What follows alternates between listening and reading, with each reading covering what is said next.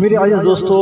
ذوالحجہ کے مہینے میں جو سب سے افضل اور مبارک دن ہے وہ 9 ذوالحجہ کا دن ہے کہ 9 ذوالحجہ کے دن حج کا سب سے بڑا رکن وقوف عرفہ ادا کیا جاتا ہے، اور اللہ رب العزت اس دن بے شمار لوگوں کی بخشش فرماتے ہیں، ان کی مغفرت ہوتی ہے۔ تو اس اعتبار سے کہ اسلام کا جو حج تکمیلی رکن ہے اور اس کا جو سب سے بڑا عظیم رکن ہے یعنی وقوف عرفہ، وہ 9 ذوالحجہ کو ادا ہوتا ہے، تو اس سے آپ اس دن کی فضیلت کو بھی سمجھ سکتے ہیں کہ اس دن کی کتنی بڑی فضیلت ہے۔ لیکن میرے عزیز دوستو، عرفات کے میدان میں پہنچ کر فضیلت حجاج کرام حاصل کر سکتے ہیں اس دن وقوف عرفہ کی، میدان عرفہ کی، لیکن اللہ رب العزت نے اپنے کرم سے، اپنے فضل سے، اس دن کی برکتوں سے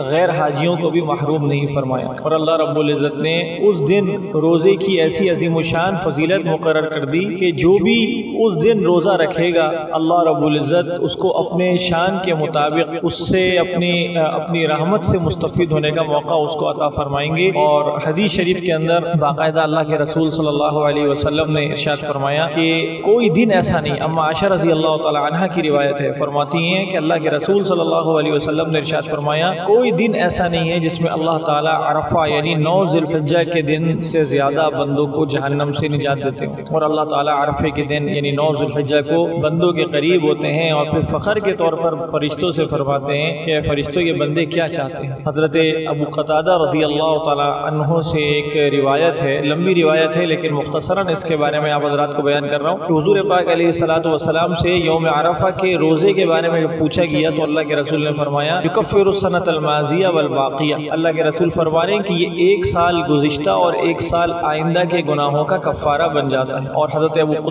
قتادہ رضی اللہ تعالیٰ عنہ کی ایک روایت ہے کہ اللہ کے رسول صلی اللہ علیہ وسلم نے فرمایا کہ عاشورہ یعنی 10 محرم کا روزہ گزشتہ سال کے صغیرہ گناہوں کا کفارہ کر دیتا ہے، اور عرفہ یعنی 9 ذوالحجہ کا روزہ وہ 2 سالوں کے گناہوں کا کفارہ ادا کر لیتا ہے، ایک گزشتہ سال کے گناہوں کا اور ایک آئندہ سال کے گناہوں کا۔ اسی لیے اما عائشہ رضی اللہ تعالی عنہ کے بارے میں حضرت مسروق فرماتے ہیں کہ حضرت اما عائشہ رضی اللہ تعالی عنہ بطور خاص عرفے کے دن کا روزہ رکھا کرتی تھی، اور آتا ہے اما عائشہ صدیقہ رضی اللہ تعالی عنہ سے کہ فرماتی ہیں کہ سال بھر میں مجھے کوئی روزہ عرفے کے دن کے روزے سے زیادہ محبوب نہیں۔ تو میرے عزیز دوستو، اس دن روزہ رکھنے کی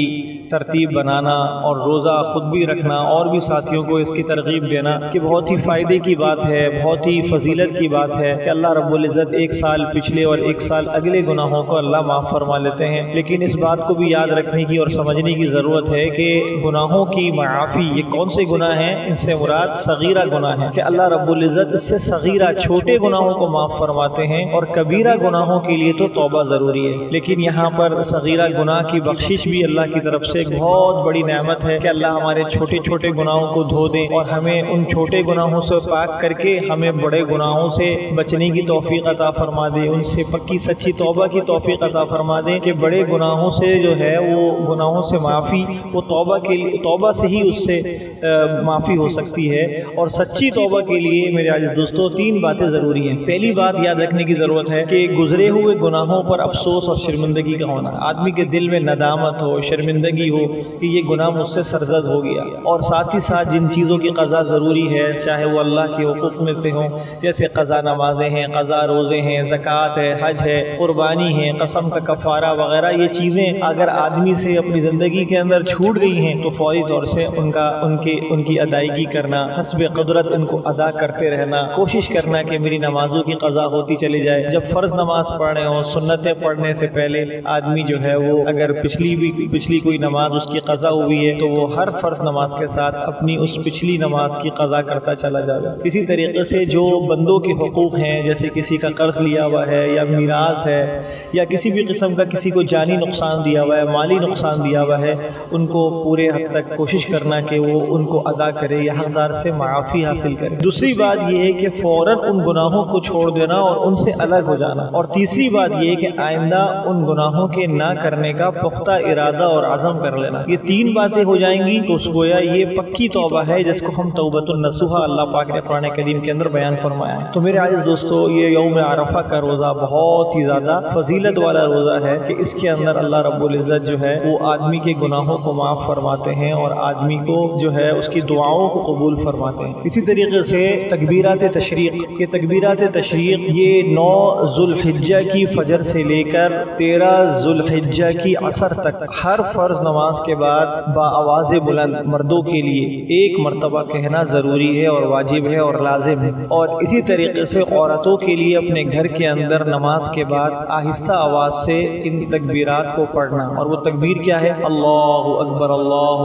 لا الہ الا اللہ واللہ اکبر وللہ الحمد۔ تو یہ جو تکبیرات کا کہنا ہے یہ باقاعدہ اللہ رب العزت نے اس کے متعلق فرمایا کہ بھئی وَاذْكُرُوا اللَّهَ فِي أَيَّامٍ مَعْدُودَاتٍ، تو ایام معدودات اللہ کو یاد کرو گنتی کے چند دنوں میں۔ تو مفسرین نے کہا کہ یہ جو گنتی کے چند دن ہیں یہ ذو الحجہ کے وہ مخصوص دن ہیں جن کے اندر ہر نماز کے بعد تکبیر کہی جاتی ہے، اور ان ایام کو ایام تشریق کہا جاتا ہے۔ تو یہ کل 23 نمازیں بنتی ہیں 9 ذو الحجہ کی فجر سے لے کے 13 ذو الحجہ کی عصر تک ہر نماز کے بعد۔ اب چاہے آدمی جماعت کے ساتھ نماز پڑھے یا انفرادی نماز پڑھے، اور اگر خدا نہ خواستہ نماز قضا بھی ہو جائے تو بھی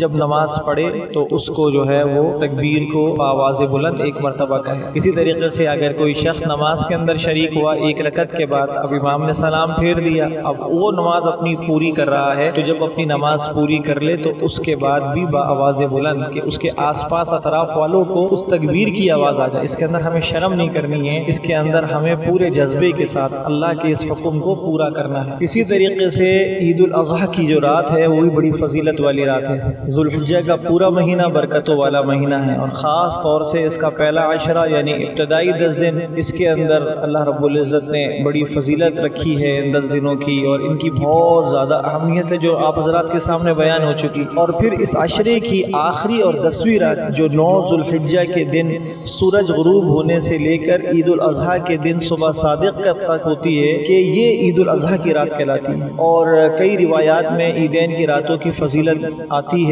حضرت ابو امامہ رضی اللہ تعالی عنہ سے روایت ہے کہ اللہ کے رسول صلی اللہ علیہ وسلم نے ارشاد فرمایا من قام لیلتی العیدین محتسبا للہ لم یمت قلبہ یوم تموت القلوب، کہ جس دن جس شخص نے عیدین یعنی عید الفطر اور عید الاضحیٰ کی راتوں میں اللہ کی رضا اور ثواب کے حصول کے خاطر عبادت کے ساتھ قیام کیا، رات کو کھڑا ہوا اور اللہ کے سامنے خوب نمازیں پڑھی اور اللہ کے سامنے کھڑے ہو کر اس نے اللہ کی خوب عبادت کی، تو اس کا دل اس دن مردہ نہیں ہوگا جس دن لوگوں کے دل مردہ ہو جائیں گے۔ تو یہاں مراد قیام سے نفلی عبادت ہے، اس میں ذکر بھی شامل ہے، تلاوت بھی شامل ہے، دعا بھی، استغفار بھی، نفل نماز بھی، اور